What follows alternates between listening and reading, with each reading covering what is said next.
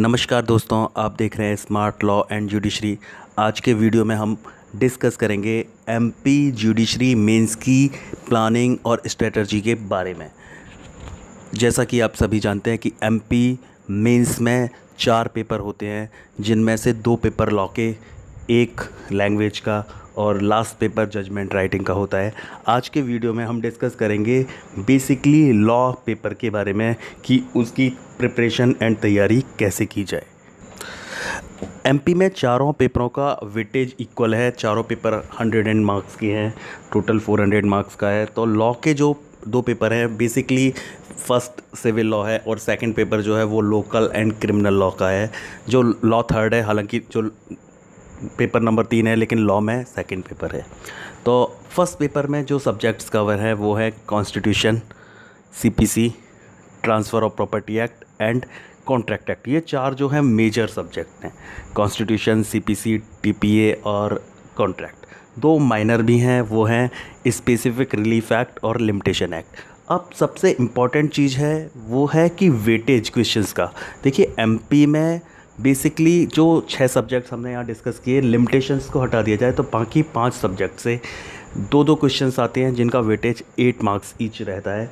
तो इस प्रकार चाहे वो कॉन्स्टिट्यूशन ऑफ इंडिया हो जिसमें हमें 395 आर्टिकल्स हैं, 12 शेड्यूल्स हैं, उतने सारे केस लॉज हैं, वहाँ पढ़कर भी केवल 2 क्वेश्चंस आने हैं। और लेकिन स्पेसिफिक रिलीफ एक्ट जिसमें 42-43 सेक्शंस हैं, वहाँ से भी 2 क्वेश्चंस आने हैं। यानी जितना वेटेज कॉन्स्टिट्यूशन का है उतना ही वेटेज स्पेसिफिक रिलीफ एक्ट का है। हालांकि जो एक सब्जेक्ट है लिमिटेशन, वहाँ से एक ही क्वेश्चन आता है। एक एडिशनल क्वेश्चन और आता है शॉर्ट नोट का, वो उसमें 3 छोटे छोटे टॉपिक्स होते हैं, वो किसी भी सब्जेक्ट से कवर हो सकते हैं। तो हमारी प्लानिंग में हम शुरुआत कर सकते हैं स्पेसिफिक रिलीफ एक्ट से, क्योंकि देखिए कॉन्स्टिट्यूशन में आपका बहुत सारा टाइम लगेगा, वेटेज इक्वल है, हालांकि हमें करना सब कुछ है, लेकिन स्पेसिफिक रिलीफ एक्ट छोटा एक्ट है, सेलेक्टिव क्वेश्चंस आते हैं। अब इसमें टॉपिक आप देख लीजिए, कुछ सिलेबस आउट भी किया हुआ है स्पेसिफिक रिलीफ एक्ट में, यानी सारे चैप्टर नहीं है आपके सिलेबस में। फर्स्ट, सेकंड और 6 to 8 यानी केवल इतना पार्ट्स स्पेसिफिक रिलीफ एक्ट का आपको करना है। काफ़ी सारे क्वेश्चंस स्पेसिफिक रिलीफ एक्ट में से बनते हैं। स्टार्ट करें हम तो रिकवरी ऑफ पोजीशन से है, किस कॉन्ट्रैक्ट को इन्फोर्स किया जा सकता है, किस कॉन्ट्रैक्ट को इन्फोर्स नहीं किया जा सकता, वहाँ से क्वेश्चंस है। 2018 में जो अमेंडमेंट हुआ वहाँ से भी क्वेश्चंस आपके पूछे जा सकते हैं। देयर आफ्टर डिक्लेरेशंस, इंजंक्शंस, तो ये सारे क्वेश्चंस काफ़ी इंपॉर्टेंट क्वेश्चंस हैं। यहाँ से आप तैयार करें तो आपके का जो स्पेसिफिक रिलीफ एक्ट है वो जल्दी से तैयार हो सकता है। लिमिटेशन एक्ट में से केवल एक ही क्वेश्चन आएगा, लेकिन छोटा सा एक्ट है लिमिटेशन एक्ट, हालांकि शेड्यूल्स में से उतना नहीं पूछते हैं, एक्ट में से ही पूछेंगे तो 1 क्वेश्चन, तो ये आपका ईजी एरिया है। लेकिन अब बात करते हैं जो मेजर सब्जेक्ट्स है, constitution of India, CPC, TPA और contract act.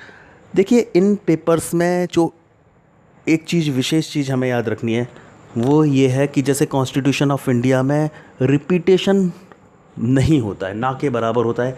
Rarely questions repeat करते हैं। जैसे कोई क्वेश्चंस आप 2019 का पेपर देखेंगे, फेज़ 1 वाला, 18 का, 17 का, 16 का, 15 का, बेसिकली सारे आपको न्यू क्वेश्चंस मिलेंगे। सारे हर बार नया टॉपिक लेके आते हैं। तो कॉन्स्टिट्यूशन ऑफ इंडिया आपको थ्रूली पढ़ना है, यानी वहाँ से आप कुछ भी पोर्शन स्किप नहीं कर सकते। ये बात अलग है कि फंडामेंटल राइट में से जनरली 1 क्वेश्चन कवर हो जाता है, मोस्टली एक क्वेश्चन फंडामेंटल राइट्स में से कवर होता है। बाकी जो रिमेनिंग पोर्शन है, तो मेजर टॉपिक्स सारे कॉन्स्टिट्यूशन ऑफ इंडिया के तैयार रखने हैं, लेकिन कुछ भी छोड़ना नहीं है, क्योंकि कभी कभी सिटीजनशिप क्या होती है वो भी 2 बार पूछा गया। लास्ट 10 ईयर्स में आप देखेंगे सिटीजन को डिफ़ाइन करने के लिए पूछा गया है। बहुत सारे टॉपिक्स हैं, तो आपको फंडामेंटल राइट पर, डायरेक्टिव प्रिंसिपल्स पर, उन पर ज़्यादा फोकस रखेंगे, लेकिन पूछ कुछ भी सकते हैं। इवन थोड़े टेक्निकल और कंसेप्चुअल क्वेश्चंस भी आ सकते हैं।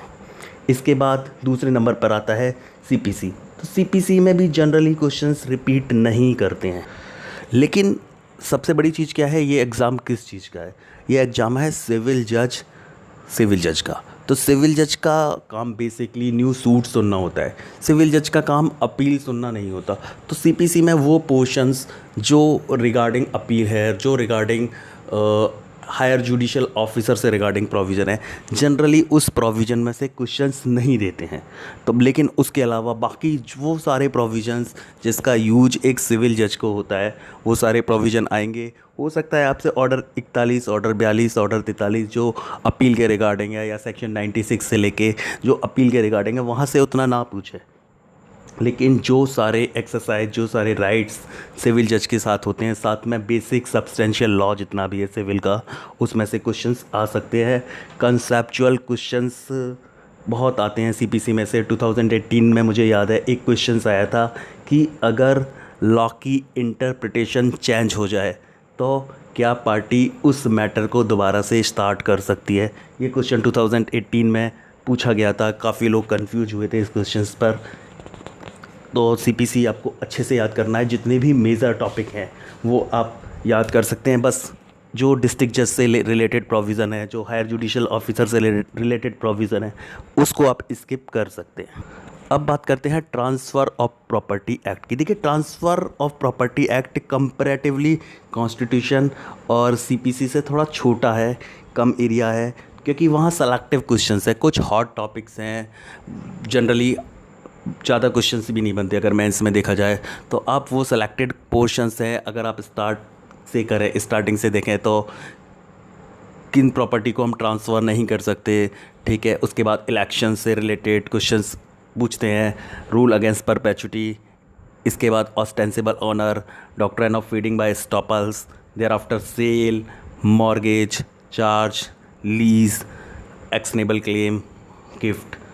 तो बेसिकली बहुत सारे, मतलब सेलेक्टिवली। साथ में फ्रॉडुलेंट ट्रांसफ़र, पार्ट परफॉर्मेंस 2-3 बार पूछा गया है। इनमें थोड़ा सा रिपीटेशन है। तो फ्रॉडुलेंट ट्रांसफ़र, पार्ट परफॉर्मेंस, इससे रिलेटेड क्वेश्चन, और लिस्ट पेंडेंस, इससे रिलेटेड क्वेश्चन भी रिपीट हुए हैं। तो इन टॉपिक्स को आप देख सकते हैं। इसके बाद करते हैं कॉन्ट्रैक्ट की। देखिए, कॉन्ट्रैक्ट में जनरली वो क्वेश्चंस जो बेसिक्स क्वेश्चंस हैं, जनरली वो नहीं पूछते हैं। कॉन्ट्रैक्ट में परफॉर्मेंस से रिलेटेड क्वेश्चंस बहुत पूछते हैं। कॉन्ट्रैक्ट का परफॉर्मेंस कैसे होगा, कॉन्ट्रैक्ट का जो सेकंड पार्ट है उससे रिलेटेड क्वेश्चन भी बहुत पूछते हैं। हालांकि रिपीट नहीं करते, लेकिन कॉन्ट्रैक्ट में बेसिक क्वेश्चंस आते हैं। लेकिन टाइम प्लेस के रिगार्डिंग, परफॉर्मेंस के रिगार्डिंग ऐसे क्वेश्चंस बहुत आते हैं कॉन्ट्रैक्ट में। तो उसको आप प्रिपेयर कर सकते हैं। अगर कंपेयर करें सीपीसी और कॉन्स्टिट्यूशन से तो उतना बड़ा नहीं है कॉन्ट्रैक्ट एक्ट, आप कर सकते हैं। तो अभी हमने डिस्कस किया पेपर नंबर 1 के बारे में। अब इसके बाद स्टार्ट करते हैं पेपर नंबर 2, जो है क्रिमिनल और लोकल लॉ के रिगार्डिंग। मेंस में आपका ये पेपर नंबर 3 होगा, लेकिन लॉ का सेकंड पेपर है। इसमें कुल जो 6 सब्जेक्ट, 6 पेपर्स, 6 टॉपिक कवर किए गए हैं। उनमें से 2 टॉपिक हैं, वो है लोकल, एकोमोडेशन और एलआरसी। एमपी एकोमोडेशन और एलआरसी लोकल लॉ है। यहाँ पर देखने वाली विषय ये है कि एकोमोडेशन तो छोटा एक्ट है, 45-48 सेक्शंस करना, उनमें से क्वेश्चन सेलेक्ट करना, वो हो सकता है। लेकिन एलआरसी काफ़ी लंबा एक्ट है। रिसेंटली 2018 में अमेंडमेंट हुआ, देयर आफ्टर 2020 में भी अमेंडमेंट हुआ है। तो आपको अमेंडमेंट पर विशेष ध्यान रखना है। काफ़ी सारा पोर्शन, काफ़ी सारे टॉपिक्स, जैसे ऑक्युपाइड टेनेंसी, मेजर टॉपिक थे जो आते रहे थे, उनको सिलेबस से आउट कर दिया है, एक्ट से बाहर कर दिया है। तो वो इजी हो गया है थोड़ा सा एलआरसी का पोर्शन। लेकिन जनरली एलआरसी में भी रिपीट नहीं होते, मोस्टली क्वेश्चन नए क्वेश्चन ही हमेशा देते हैं। लेकिन एकोमोडेशन से सेलेक्टिव क्वेश्चन बनते हैं, तो आप एकोमोडेशन के क्वेश्चंस तैयार कर सकते हैं। एकोमोडेशन एक इजी टारगेट रहेगा, सॉफ्ट रहेगा, क्योंकि वहाँ से आप क्वेश्चन तैयार कर सकते हैं। लेकिन एकोमोडेशन में जो सबसे स्पेशल बात, जो विशेष ध्यान रखने वाली बात है कि ज़रूरी नहीं है कि बेयर एक्ट से ही क्वेश्चंस आ जाए। कुछ क्वेश्चंस केस लॉ से रिलेटेड भी आ सकते हैं, कुछ क्वेश्चंस ऐसे भी आ सकते हैं जो टॉपिक हो सकता है आपको बेयर एक्ट में ना मिले। तो आपको जैसे 2019 का अगर आप पेपर याद रखेंगे तो कंपोजिट टेनेंसी पूछा, कंपोजिट टेनेंसी के बारे में क्वेश्चंस पूछा। तो बहुत सारे क्वेश्चंस ऐसे हैं, तो उन चीज़ों को भी आपको विशेष ध्यान रखना है। अब आते हैं बचे हुए 3 सब्जेक्ट्स पर, 4 सब्जेक्ट। बचे हुए सब्जेक्ट्स में IPC Indian penal code 511 section है, बहुत बड़ा एक्ट है। लेकिन यहाँ भी जो मैंने एनालाइज़ किया है, वैसे आपको पूरा इंडियन पिनल कोड पढ़ना है, लेकिन बेसिकली जो मजिस्ट्रेट ट्रायल की से रिलेटेड ऑफेंस हैं वो ज़्यादा पूछते हैं कंपेयर टू सेशन ट्रायल। आपसे मर्डर या और वो सारे ऑफेंसेस जिनका सेशन ट्रायल होता है वो कंपैरेटिवली कम आता है, और जो मजिस्ट्रेट ट्रायल वाले ऑफेंस है वो ज़्यादा आते हैं। तो उस पॉइंट को ध्यान में रखते हुए, हालांकि करना आपको आईपीसी पूरा है, लेकिन उस पॉइंट को आपको ध्यान रखना है। साथ में सीआरपीसी के साथ भी वही हम बात करेंगे कि वैसे बेसिकली सीआरपीसी काफ़ी लंबी 484 सेक्शन आपको पूरे करने हैं, लेकिन अपील वाले प्रोविज़न या वो सारे प्रोविज़न जिनको एक्सरसाइज किया जाता है डिस्ट्रिक्ट जज द्वारा या हायर जुडिशियल ऑफिसर द्वारा, जनरली वो प्रोविज़न नहीं पूछते। अब लास्टली निगोशिएबल इंस्ट्रूमेंट एक्ट। देखिए, निगोशिएबल इंस्ट्रूमेंट एक्ट एक सॉफ्ट टॉपिक है, क्योंकि मेंस में केवल सेक्शन 138 से सेक्शन 148 तक पूछना है, तो वहाँ से बहुत लिमिटेड क्वेश्चंस बन रहे हैं।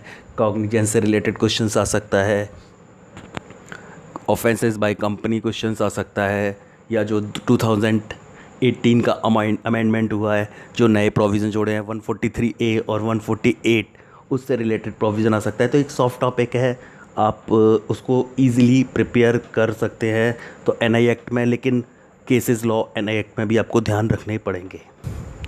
तो आज के वीडियो में हमने लॉ के जो 2 पेपर थे, पेपर नंबर 1 और पेपर नंबर 3, जो सिविल लॉ और क्रिमिनल लॉ का था, उसके बारे में एनालाइज किया। नेक्स्ट वीडियो में हम डिस्कस करेंगे बचे हुए 2 पेपर्स, जो लैंग्वेज और जजमेंट राइटिंग का, उसको कैसे प्रिपेयर करें।